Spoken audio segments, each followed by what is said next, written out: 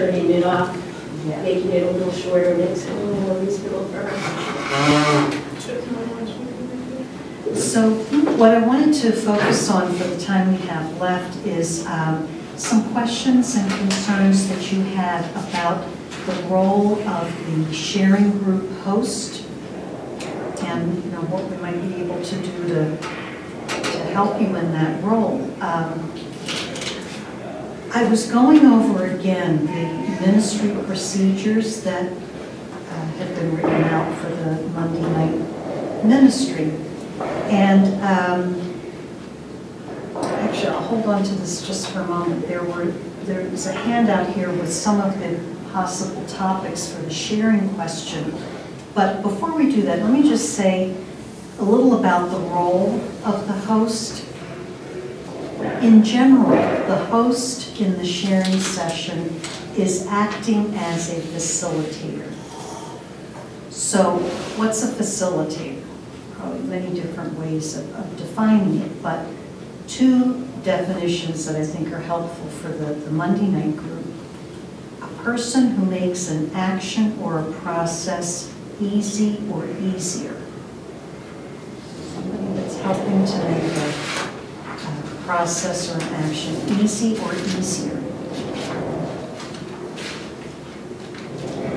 And the second definition is one that helps to bring about an outcome by providing indirect or unobtrusive assistance, guidance, supervision. Somebody who helps to bring about an outcome, and most importantly, by providing indirect or unobtrusive assistance. So that means that somebody who's acting in a facilitator role is not a teacher, not a mentor, not an advocate. Somebody who's trying to help indirectly and unobtrusively to help a process run more easily and towards an agreed upon outcome. So in the context of Monday night, you're trying to help facilitate the experience that the participants have of being able to share, feeling safe, comfortable, able to express themselves in any way that they choose without being interrupted, contradicted, whatever. So one of the practical things you're doing is keeping track of time, but the most important thing that you're doing is making sure that everybody gets a chance to talk, nobody's dominating, nobody's feeling judged, in any way inhibited in what they want to say or how they want to say it. So my understanding is that you begin by giving a short reflection that is basically of your own choosing. That you compose a reflection question then to propose to the group, and that you lead a closing prayer. So just some thoughts about that opening reflection. Keeping in mind that your role as a facilitator is to provide that unobtrusive assistance. So when you're thinking about a reflection, you want to keep in mind participants' needs and concerns. So you could be thinking about what's come up in previous sharing groups, what issues have come up, or something that maybe in the dinner conversation you've heard that you know is a particular challenge. But wanting to focus on participant needs and concerns. And just keeping in mind, some of this may be repetitive and just, reminders that the reflection is not a time to be trying to fix problems or to provide an advocacy statement. From a pastoral perspective, your reflection is intended to address the effects of the circumstances, the life events that the participants are experiencing or have experiencing. So you want to address positive effects, the times of joy and pride and satisfaction and hope that they have as they're transitioning back to their community. And you want to address the negative effects. What causes suffering? And of course, you know that term suffering is very broad. Suffering is basically in the perception of the person experiencing it. One person may not be at all bothered by something, but for another person, that same event is very upsetting. So addressing suffering, hopelessness, shame, anxiety. So your reflection, again, from a pastoral perspective, would be to address the effects of what they're currently living. Joy, gratitude. Yeah. And the opposites, you know. So at its best, that reflection is going to make it easier for the person, the participant, to share. So you may be, for example, the night that I came, I think, Michael, you were addressing what gives you, what resources do you have that give you,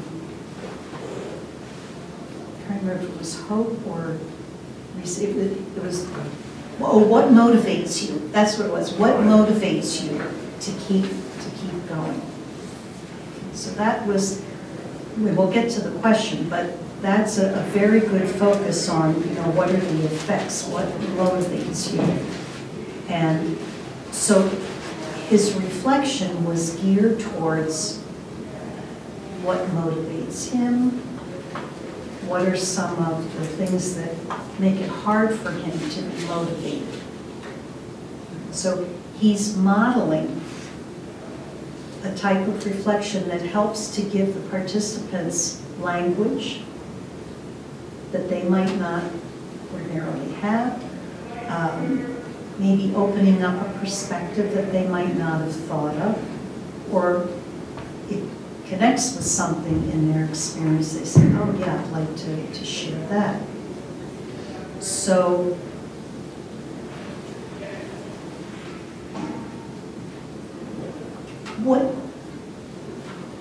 so many thoughts in my mind right now, it's hard to figure out, you know, what do I want to say first, but you know, the basic thing that you want to keep in mind, everything you do is what's going to help the participants. So you want to avoid sharing in a way that makes your needs and your concerns the focus of attention.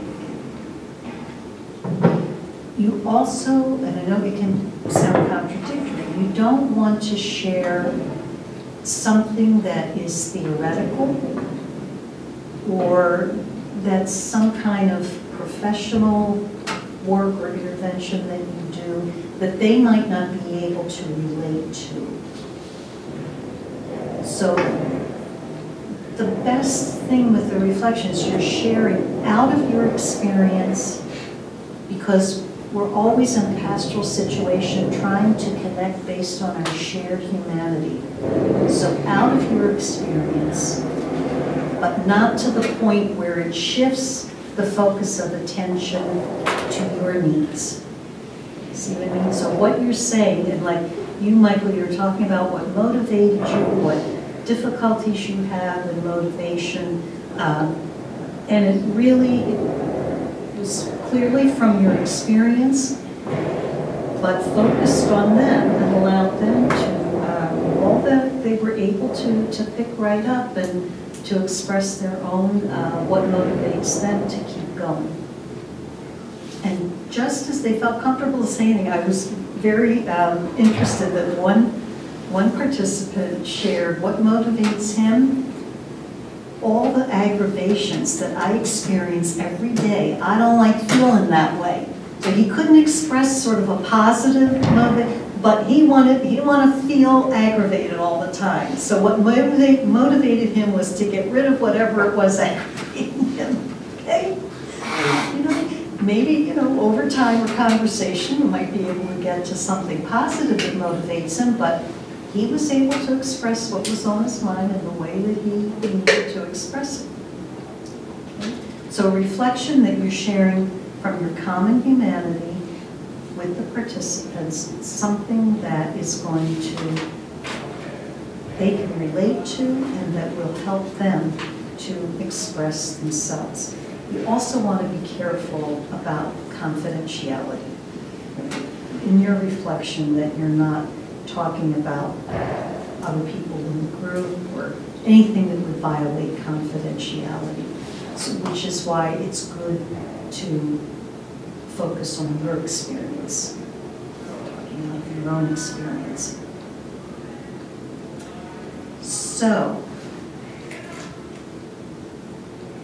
with that in mind, are there particular challenges that you have about doing an opening reflection or ways of composing it that you find really helpful and work for you?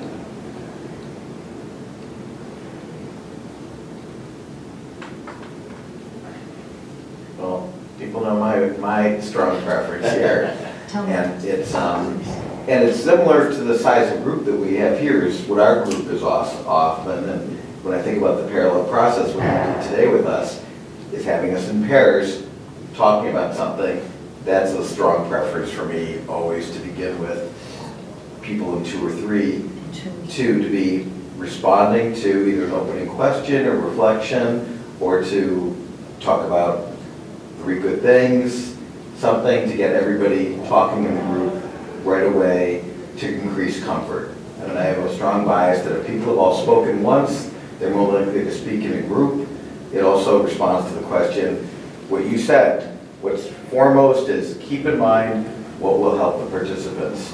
And what I think will help them often is I'm thinking as a facilitator, how am I creating a safe atmosphere where people are likely to feel more comfortable speaking, and what also speaks to the introverts and the extroverts in the room, the ones who want to be.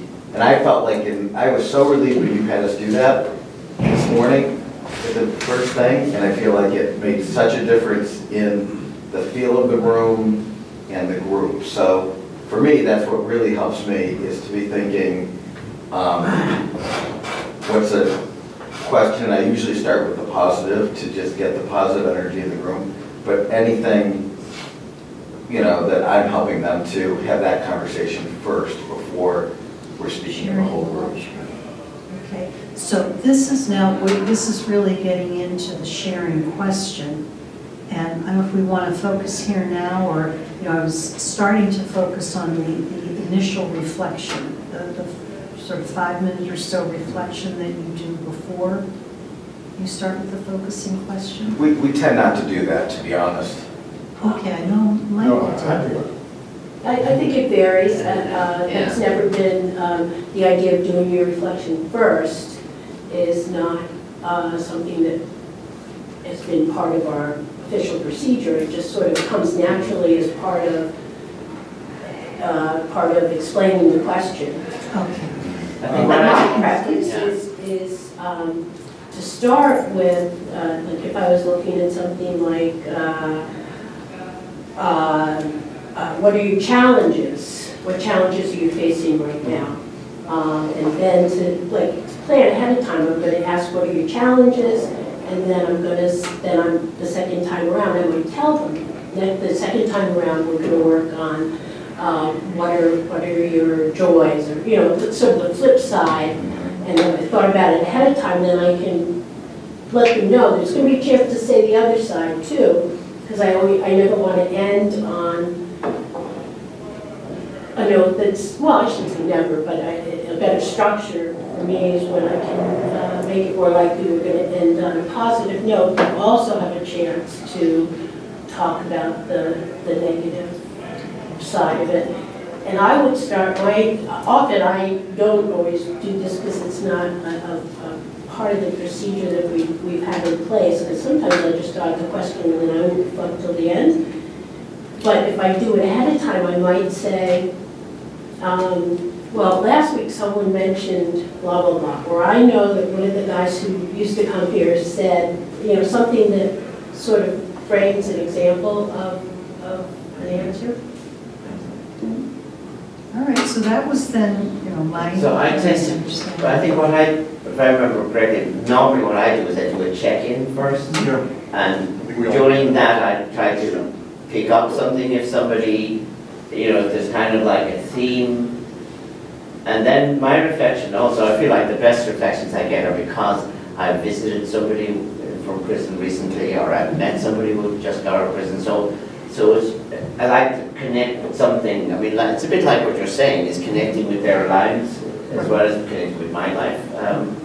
But it's usually I'm trying to pick up a theme from something that people have been saying in the check-in, rather than not necessarily arriving with some kind of, I mean, Jeff always tries to get me to say, so what are you going to talk about this evening? I do the exact same thing. I always do a check-in and immediately come up with a theme by listening to what they're saying. Yeah. And then I do a reflection from my shared experiences with them. Okay, so this, now there's two different ways, obviously, to do this. Some people, to do it the way that you're comfortable doing, you really have to be able to think on your feet, right? Listen to what everybody's saying and then be able to articulate something kind of in the moment. For some people that works well and it's very topical and very timely.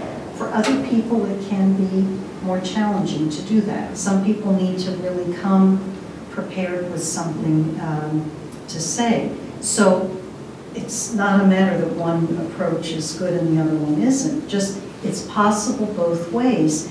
If you prepare ahead of time, then you might be preparing based on somebody you've visited during the week or something you've heard at previous Monday night, either sharings or dinners.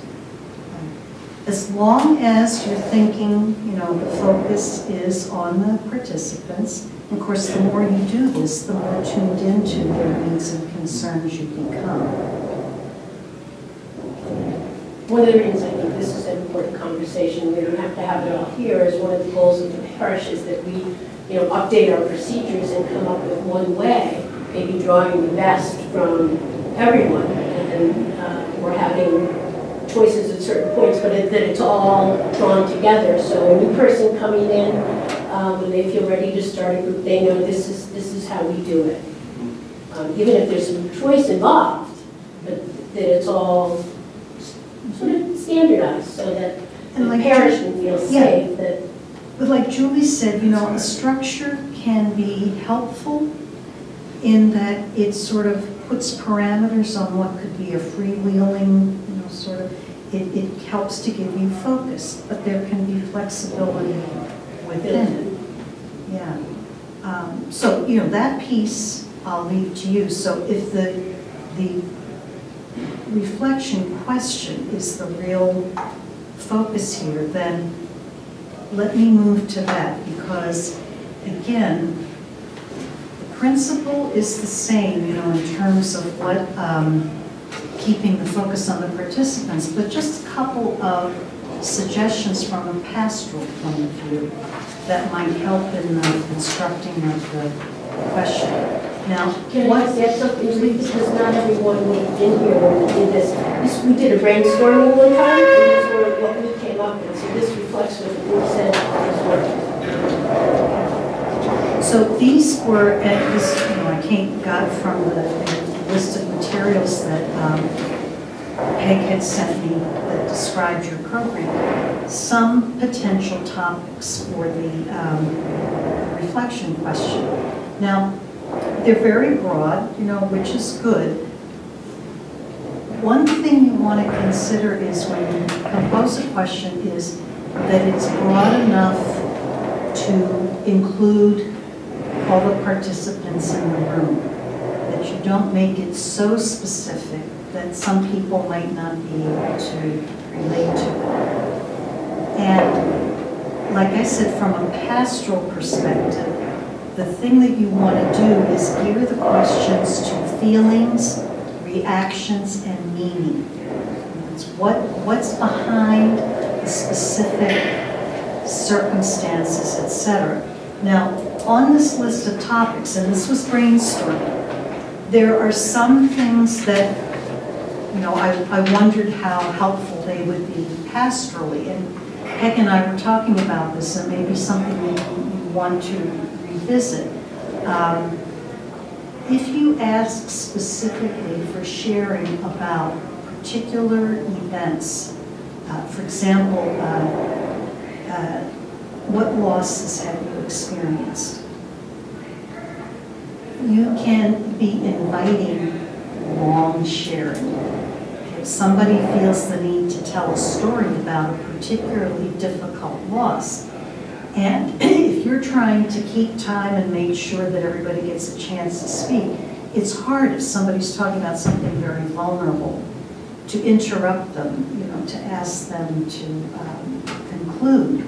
So again, from a pastoral perspective, you might do better to frame your question in terms of the feelings, reactions, meaning what's helped you to cope with losses in your life?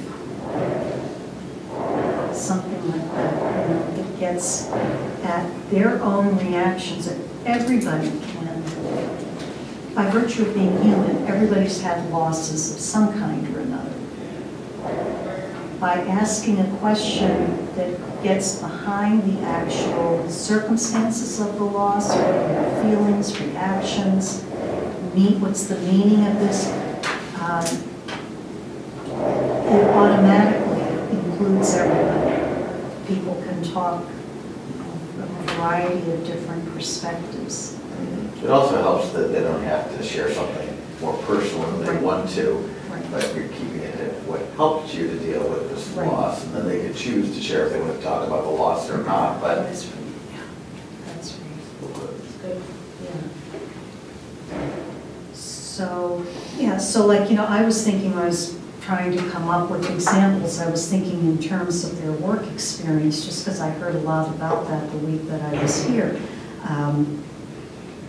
Rather than asking something like, what problems have you faced working again, you know, in the community? What's it like for you to be working again in the community? And again, this is not like right or wrong. This is just from a pastoral approach. Asking questions that kind of get behind the event can be very helpful to them, because they may be feeling something, but they maybe haven't reflected on it or been able to articulate it.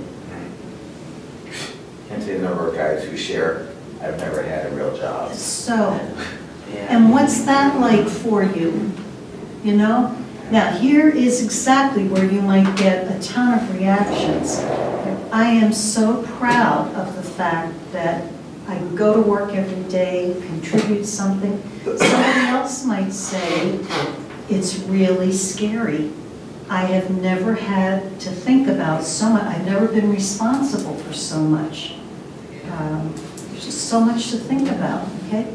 Or I don't know how I'm going to do it, making so little money when I'm used to being able to make a lot in a short period of time. Absolutely. Why would I go work at McDonald's when I can, you know, go sell on the streets? Really?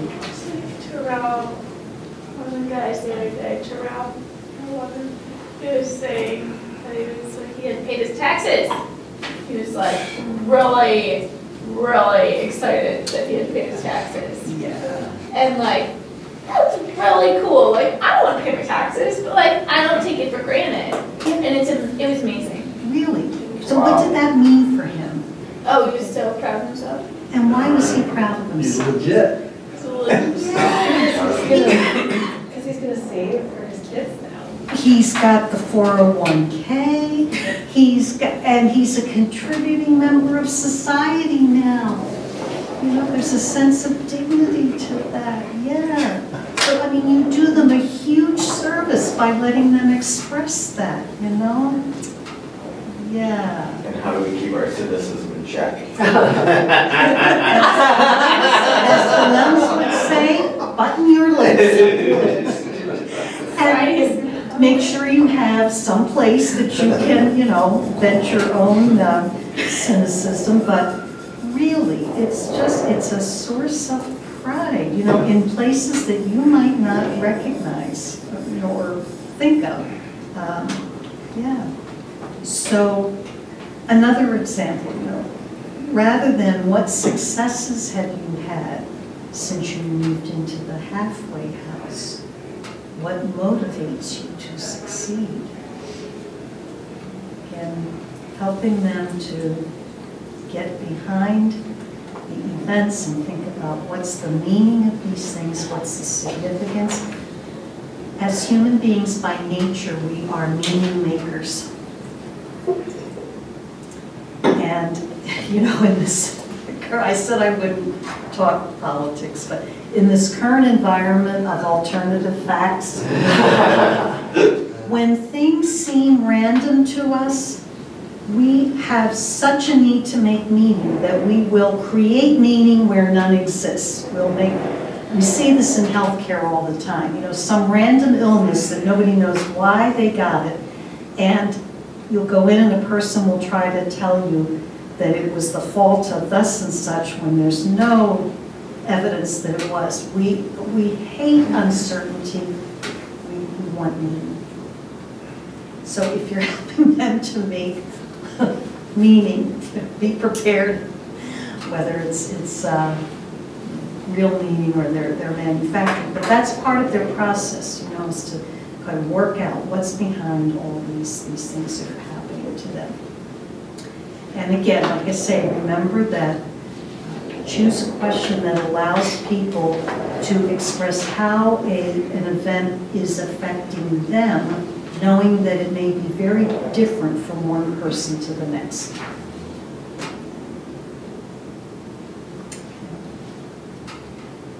I often try to bring up the question, how strong is their motivation to change? Because obviously, as I say to them, everybody says, I'm never going back. But we know some of the people do go back, so therefore there must be a difference in people's motivation. That's right. That sometimes is a tough one to get to. But they gave very interesting answers. I would love to have followed up on some of those conversations. And one man that I remember, basically saying the whole transition back to the community, it was overwhelming to him. And he was having a hard time figuring out what was going to motivate him to keep going because everything felt so overwhelming. And he was able, that was as much as he could say. He was committed to doing it, but at that moment, his experience was how overwhelming it was. And I was hoping that there were people that could follow up with him somewhere, on just exactly how he could cope with these feelings of being overwhelmed. Yeah, so just creating a question so that people can say, my family motivates me, I'm not quite sure what motivates me, or my aggravation motivates me, and I don't want to be aggravated. Actually, this week in our group, somebody was basically talking about how they were overwhelmed by the obstacles, and it was amazing how many others in the group immediately took on the challenge of saying to them, something that would kind of lift them out of that sense of hopelessness. They immediately took on the challenge, the other guys in the group. Wonderful, yeah. And there's a whole kind of like theory, you talk about like not talking theory with them around the abstract. I think that really supports focusing on that positive, the things that actually are working, like this whole field of motivational interviewing and counseling, which is if someone's saying, I'm motivated to change, but I'm feeling overwhelmed by it. Sometimes the motivational interviewing thing is, on a scale of, not that we're going to necessarily do this, it's like a theoretical, but to be thinking, this is more therapeutic intervention, to think how this influences us as facilitators. If we said, on a scale of 1 to 10, how motivated are you to change, or how confident are you in your ability to change? And someone says 6. You know, the motivational interviewing perspective is, oh, why did you put yourself at a 6 and not at a 2? And people are always shocked by that, because they want to tell you whether or not it's a 7, 8, or a 9, or a 10. They're going to go, you know, because they're going to tell you why what the barriers are that are overwhelming them. And they're always taken back. Like, and they'll even try to answer why they're not there. You're like, no, why are you at a 6 and not a 0? Well, because... What's helped you to get to And they're this? saying, and then they start talking about some of their resources.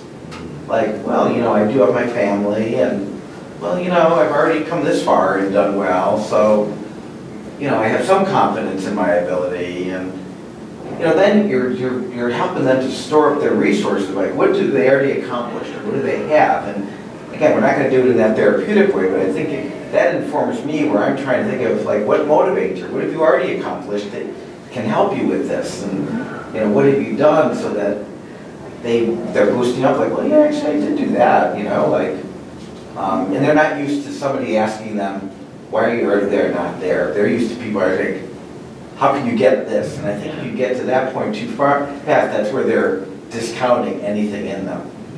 So that's the point, is, you know, starting where they are, and, you know, from a pastoral perspective, allowing them sufficient time and space to describe to you where they are, even if it is overwhelmed, you know, in a negative space, and then nudging them towards the positive. Introducing sort of that process of moving from the scarcity mentality to the abundance mentality. And asking a question that, now, my understanding is with the sharing group, you would not be involved in an exchange like that. That would be more, you know, one-on-one conversation, but that you would ask a question that would give them the option. Or if you had 2 questions, you know, one that focuses on now and one that focuses on the going forward. And when you talk about the theory, yes, when we, in terms of theory, and this will come up next class when we talk more about some theological topics, we talk and act out of the theories and the theology, not necessarily about. So it informs what we do, but we don't necessarily talk about that directly with the people that we're working with. And I can say more about that. I think it's important because I think we all have our own theories. Right. And the more we are aware of our own theories about it, you know, the more we can be conscious about how we act out of them. Right. So a lot of these classes, it's about awareness. So another thing that I understand can be challenging in these sharing groups is when and how to intervene. Now, I know your procedure is to take the shell and pass it around. And remember, I did suggest, and I think this would be helpful, is before you start the sharing is to allow for a moment or 2 of silence so that people can collect their thoughts. Then, all right, you're passing the shell around, so while the person has the talking piece, they have the floor. So what do you do if somebody goes on and doesn't look like they're ready to conclude anytime soon, and you've got, you know, half a dozen more people that need time to share? Do you have a sort of agreed upon procedure at this point, or? I think we probably each handle it a little differently. But pretty much similarly.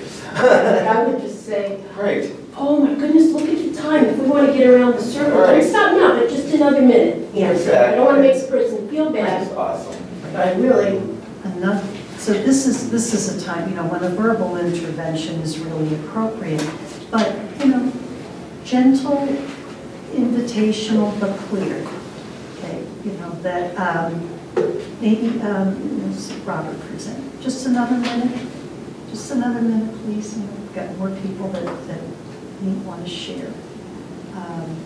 Because especially for extroverts, they're processing as they're talking, so they're thinking out loud and they don't realize how much time they're taking. It's a gentle reminder. What can be very challenging too is when somebody starts getting repetitive or ranting. So what to do about that? Well, here's a time when you're sort of balancing two approaches. You want to give them enough time to feel like they have expressed what's on their minds and that they've been heard. So if somebody, repeats a second time and nothing's changed, it's basically a repetition of what they said the first time, and the emotional temperature is getting higher, that can be an indication that it's time to intervene. So what would be a way to do that?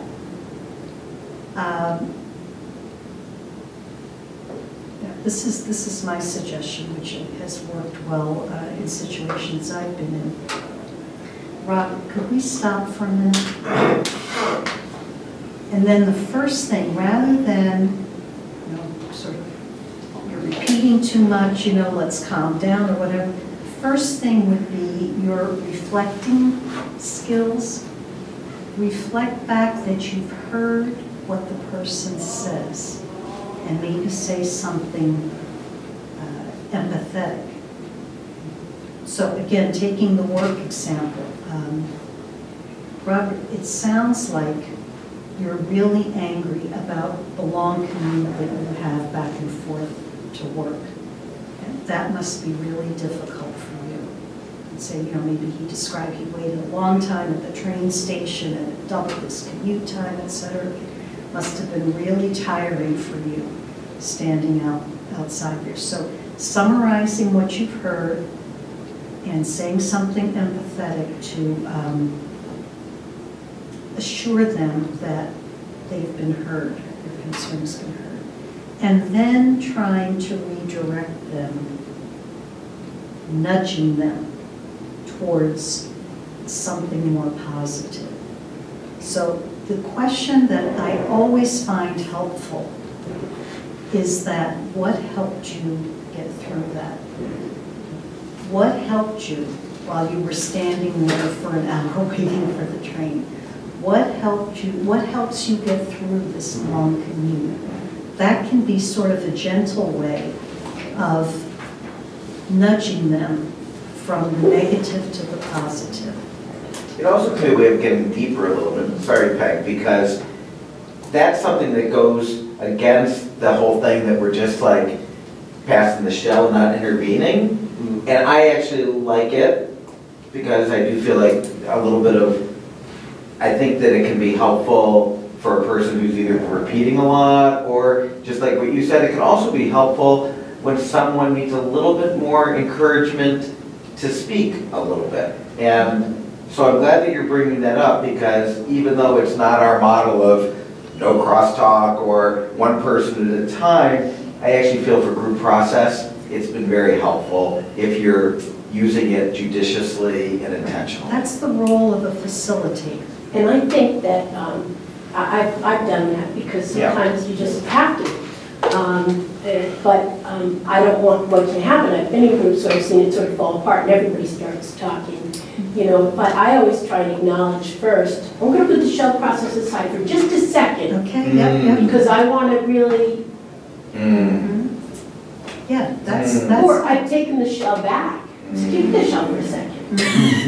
No, Right. but that's showing them that we're not It's not a this isn't a free-for-all. free-for-all, but this is a moment. And I've asked, the whole group to respond, like with Terrell, I think I mentioned that example. How do you guys deal with these? He's curious about things at Brookhouse, how do you guys deal with this? And then everybody, and it really worked well, because they had really good strategies that I never would have, and then I do the shell back, and we pass it around.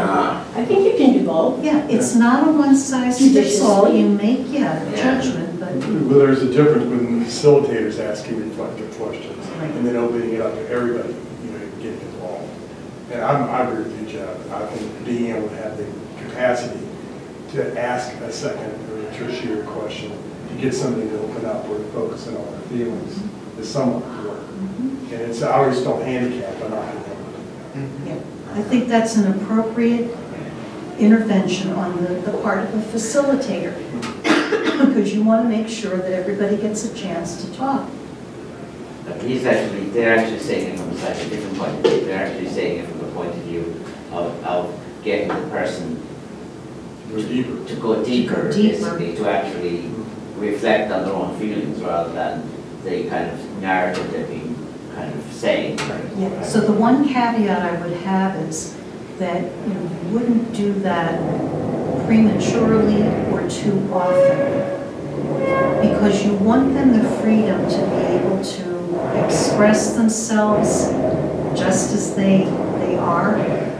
What you want to intervene is when the emotions start to spiral out of control.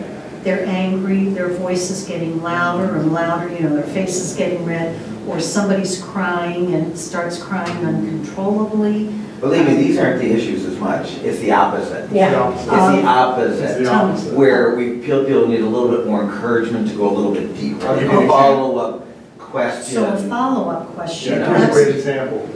Somebody will go, the most important thing is my 3-year-old daughter, she's one. Right. Pass the shell. Mhm, That type of thing. mhm. Now, what's the most special thing you feel about you? That type of Yes. thing. Except, except if you do that too often, then you lose the group. Right, And- so to do it judiciously. Some people, need to, it's like, I was wondering if this doesn't get us too far off track, if you could speak a little bit about the difference between an introvert and an extrovert. Because I think for somebody who's very introverted, that's plenty of a response, but for somebody who's more extroverted, Or holding maybe, back, or maybe not though, too. or maybe Introvert, not. sometimes somebody needs a little bit more encouragement that you have a safe way to, but that's where you're using your intuition Right. regarding when are you feeling like this might be good, or when it's like, that was already a lot for them to share, just respect that, let them move on. Or when do you feel like, you know what, my gut feeling is telling me they might want to share a little bit more, and I want to give that opportunity. If they immediately resisted that, I'm like, no, that's all I really have, really respect that. But, those are pretty, Yeah, What I just happened? want to, when we get together and decide the ways we want to be consistent, this whole show thing doesn't have to be the way we do this forever. I mean, What would happen in that example, Brad, if the first time that happens, you followed up after the sharing circle? Would it have helped you there to say more about your daughter? Do you think that next time we meet, you would want to say more about your daughter? Because I think, for an introvert, first of all, they need time to process and to think about their response. They also may be very private people for very good reasons. And that's as much as they feel safe revealing at that point in time.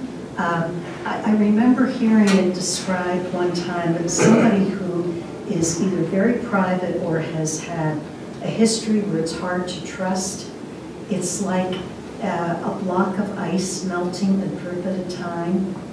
And if you try to blow torch it and get it to melt faster, it's invasive, that you want to be patient with that slow process. So I still sense what you're saying all is very appropriate, but I would sense that it would be better to intervene like that slowly and not all that often in terms of getting them to go deeper. And you might try it with a follow-up question or the next. Now, do the men usually go to the same group every week, or is it okay? Sometimes, yeah. Okay. So with a follow-up question is probably a good way to do it within that session. If you've heard sort of a theme or I've heard, a number of people have talked about their kids. There was a lot of talk about their kids as motivating forces. This time around, would you be able to say something a little more, maybe what's special to you about your children or one of your children, or that you could frame a follow-up question to encourage them to go a little deeper? Yeah, I mean, I think Brad's example is very common, and I think responding to that in a way that gives them the opportunity to possibly say a little more is often, because some people don't need encouragement to go deeper at all. Other people like the opportunity that you're interested enough in giving them a thing. Other ones are like, you get the opinion like, that was a lot for it to go, and let's just move it along. So I think it's good for us just as leaders to be cognizant that it's not hard and fast, and just like Peg, use it judiciously and be very sensitive what might be going on with people. You see, that was an instance I wouldn't think it was, in my judgment, wouldn't Right. be Well, appropriate. it depends on to- who said it and Right. what time it is. Exactly.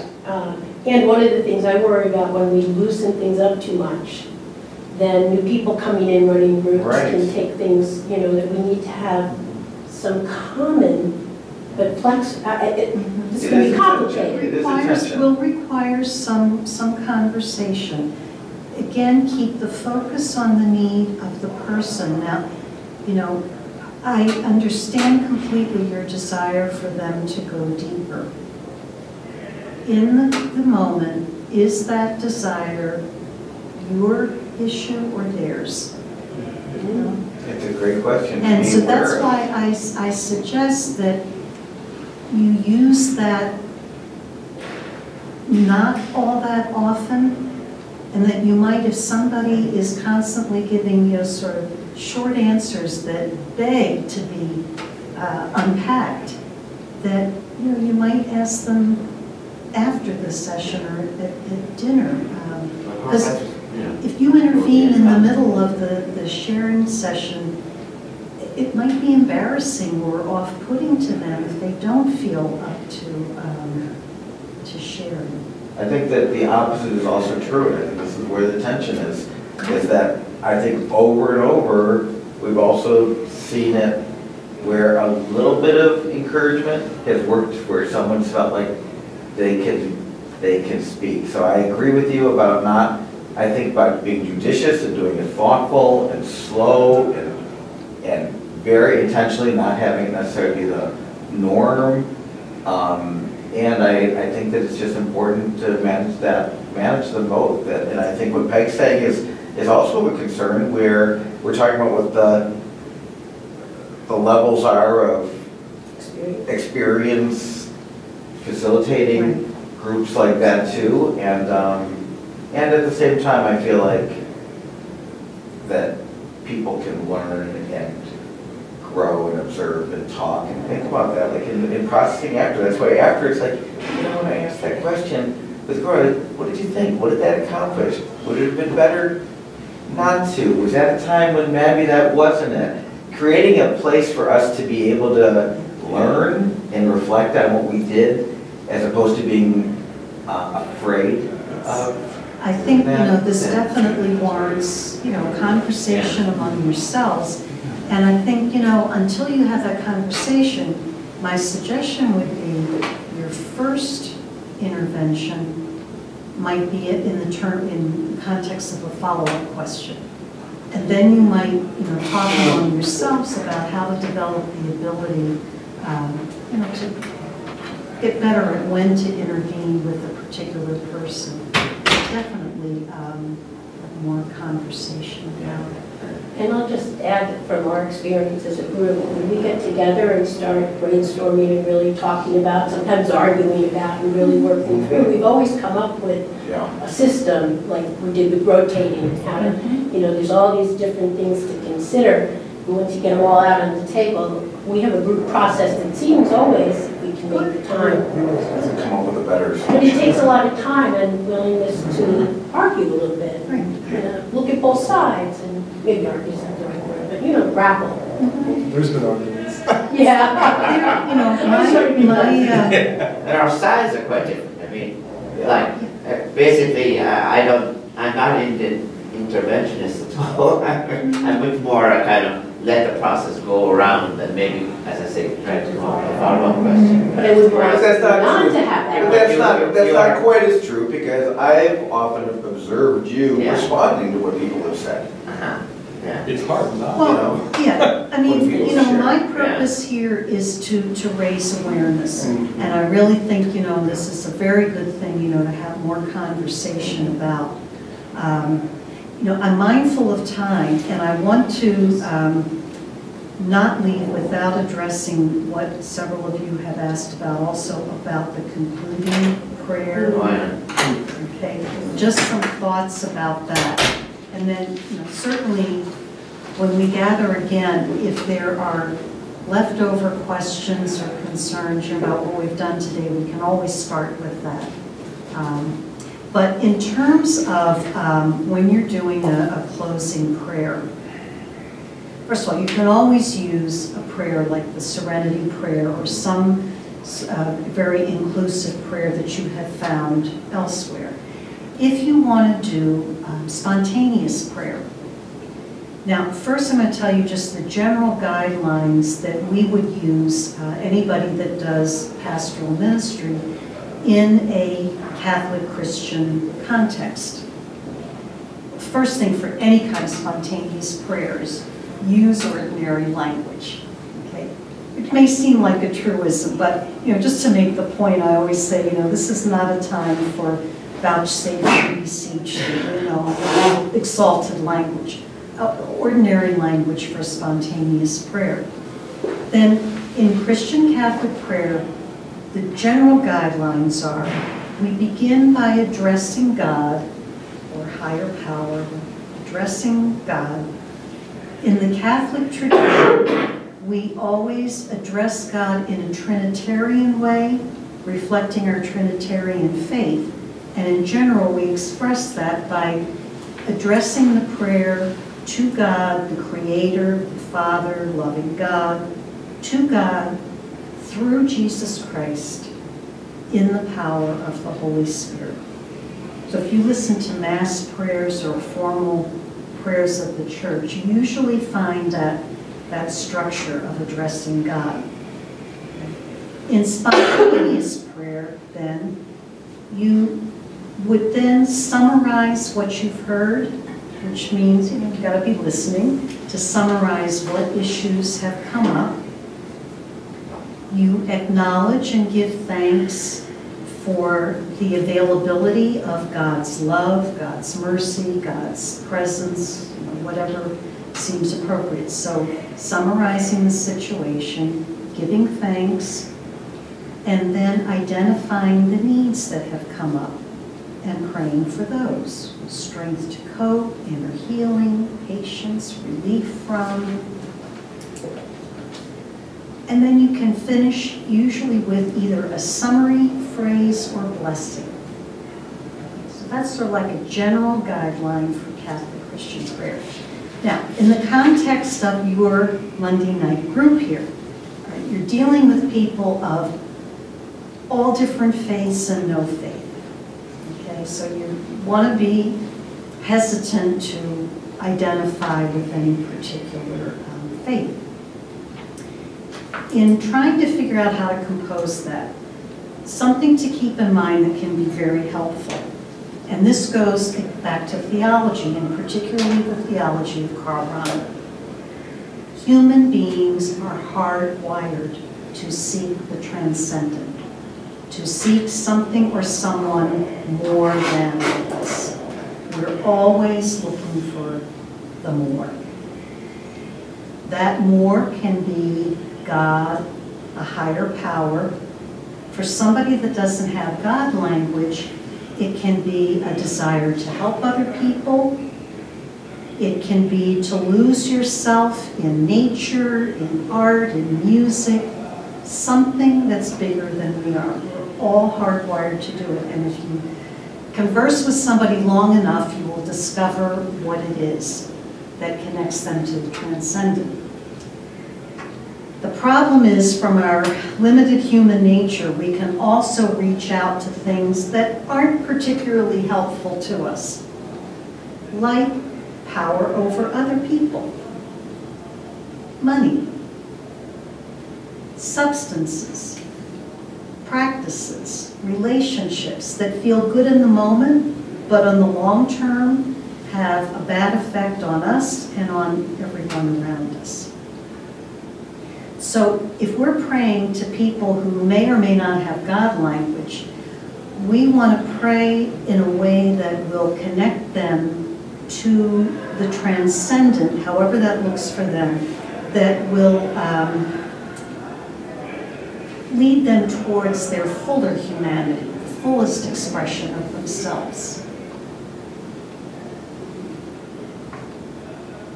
So that's sort of the, what would inform you. Now, what do you do specifically in a group?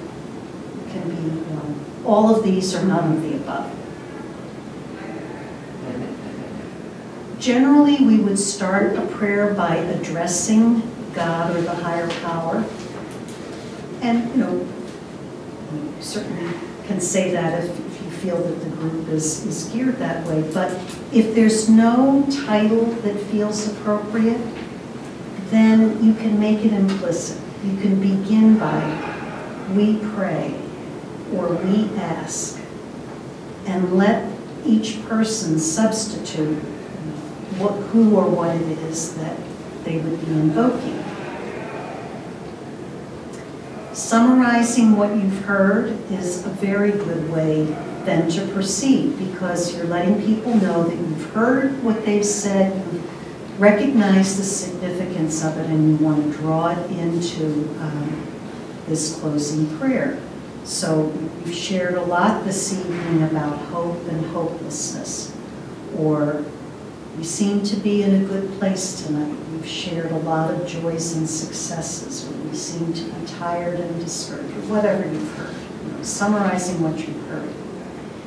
Then, if it feels appropriate, you can acknowledge and give thanks, maybe not for God's presence, but for the people, places, and things that the men have mentioned that have helped them. Give thanks for family and friends that accompany us on this journey. And as people of faith, we know that those people, places, and things are given to them by God. And then, very importantly, identifying the needs expressed. For example, give us what we need, and you can always say that, give us what we need to persevere when the going gets tough, or knowing that our goal of reintegration is worth the effort. So summarize the situation, or if they've shared a lot of different things, pick out, something, and then address the needs that you've heard and ask for help, support. Then it's always good to close with a summary statement or a blessing. Now, I work with patients, all of the above and none of the above, sick as a dog. And usually they benefit from a blessing. It's very personal, it makes people feel that they're being addressed concretely and somebody cares about their well-being. So, if they believe in God, then we can pray that God blesses them. If they don't, or you're not sure, you can always use a passive voice. May we be blessed. And I always say to my patients, because I don't think there's anybody that can't identify, I always say, may you be blessed with peace, comfort, and strength. I have never heard anybody, even who has no use for God or religion, say, no, I'm offended by that, or I don't need that. Okay? I've identified some basic human needs, and without saying God, I just say, may you be blessed. Or if they're uncomfortable even with the word blessing, I'll say, my wish for you is, or my hope for you is.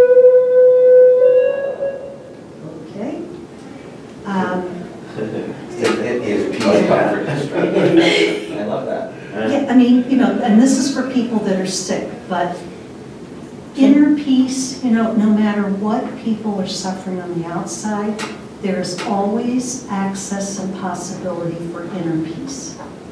That may be very difficult, but it is always possible and always worthwhile praying. Because people walk sick, that's exactly what I mean. Comfort, and strength to deal with whatever they have to deal with. If you don't feel comfortable with a blessing for whatever reason, then you can say, you want to talk about, use God language. We ask this in your name, or I've said, in the name of all that is good, we pray. Or in the name of all that is good and holy, if I'm with people who have a religious sensibility, but they're all different, Christian, non-Christian, theist, non-theist, in the name of all that is good and holy. This is so helpful. Guidance about how to pray, how to say a good prayer. Yeah, you're welcome, because it is challenging, but really worth the effort, because many people no one has ever prayed for them personally,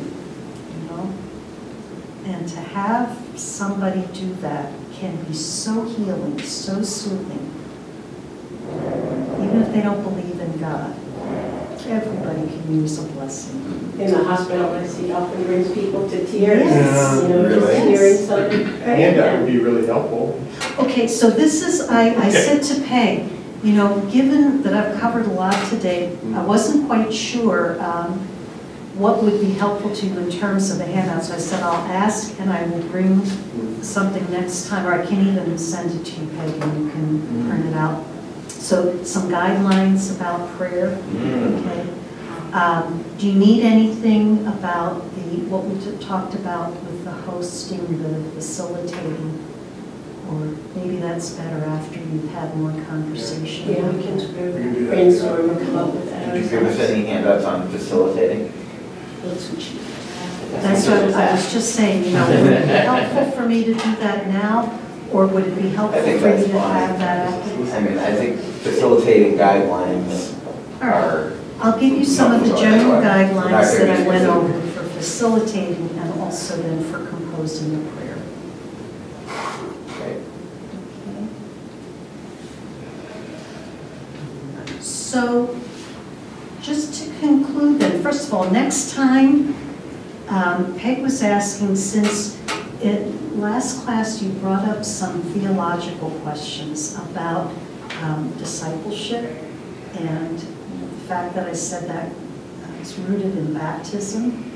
So I was thinking of giving you some theological reflection about discipleship in the Christian Catholic tradition.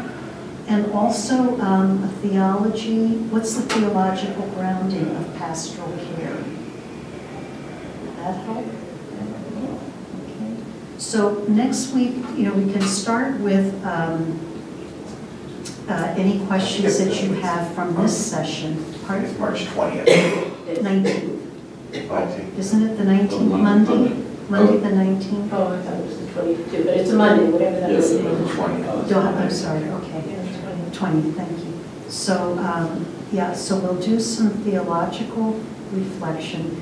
I can also start with any questions or leftover issues that you have from this class. But then we'll devote the rest of the time to theological reflection. Does that sound good?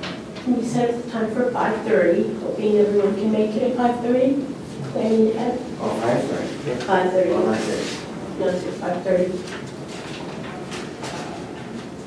Are we bringing dinner? I assume so. Yeah. Oh, but at 5:30, the room will probably be used by Berkeley. Why was it 6 then? At 6 work Or for you? maybe. 6 works, I've kept that afternoon and evening free, so I can come. We could start out there and Yeah, I agree. the Be con- out there and then come in here. I agree, Peter. have the bigger conference room over there. Oh, the conference room, yeah. Well, let's plan on eating, 5:30. yeah. 2 So hours. 5:30? Around the corner. 2 hours or 3 hours? 3 hours, 5:30 to 8:30. When you move the table, just have a second. Yeah. Should we do more Very good, journaling? use that one. You know, I would love it if you did more journaling. I wasn't going to include that like we did today, but I was thinking since we're going to be talking theology, that we would do some of that reflecting. We could, after we do a topic, we could break into groups and do some reflection as part of that. But, I mean, I think it's a really helpful process, so, yeah. Okay, does that sound good? That's great. Excellent. Okay, well, thank you, and go in peace and keep up the good work. Thank you. Maybe we should model, like practicing what would be a prayer at the end here. Anybody want to join, or maybe we do it in pairs, say a prayer? You know what, why don't you do this? Why don't you reflect on that? Why don't you think of a prayer for next time? And we Seize can the moment. begin. I'm an extrovert, I'm happy on the spot to think about my feelings. I don't need a month to think about a prayer. Well, instead of me bringing a prepared prayer, we'll start with the moment of silence, and then anybody who wants to share a prayer that they've composed is welcome to do so. Does that sound good? All right. I'm talking about the end of right now together. Oh, the end of right now. Go. All right, let's go. Jeff? Knock yourself out, Jeff. What are our components here? Okay, 3 minutes. Stop for a minute, just to, even extroverts need a minute of reflection. Not yet. Talking off the top of your head, have you heard priests preach off the top of their heads, pray off the top of their heads? Have you heard Brother John? A moment of reflection to focus your thoughts.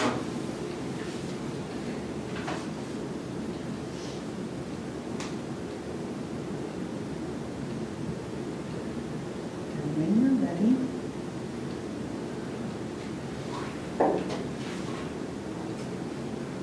Loving God, we ask that you continue to be with us. We thank you for this time we've had together and for the blessings you've bestowed on us, for the gift of this work and of each other. We thank you for the opportunity to share our hopes, our fears, our anxieties, and our joys. We recognize the importance of this work and the need for your help as we do it. We ask that you bless each of us individually and as a group, and the men that we work with, and that all of us be blessed with peace, comfort, and strength. Amen. Amen. Thank you. Good Thank job, you. Dad. Very good. Go in peace. Thanks. I was taking notes. I didn't show that I'm afraid to pray like that. I don't take a risk usually, so thank you for giving me an opportunity to practice. Brad, you don't have to take notes because we've got it all on tape. I'll make something up. Brad, it's still on, Brad. It is. You said. Is it clear how to turn it on? What's going on up there? Think anybody for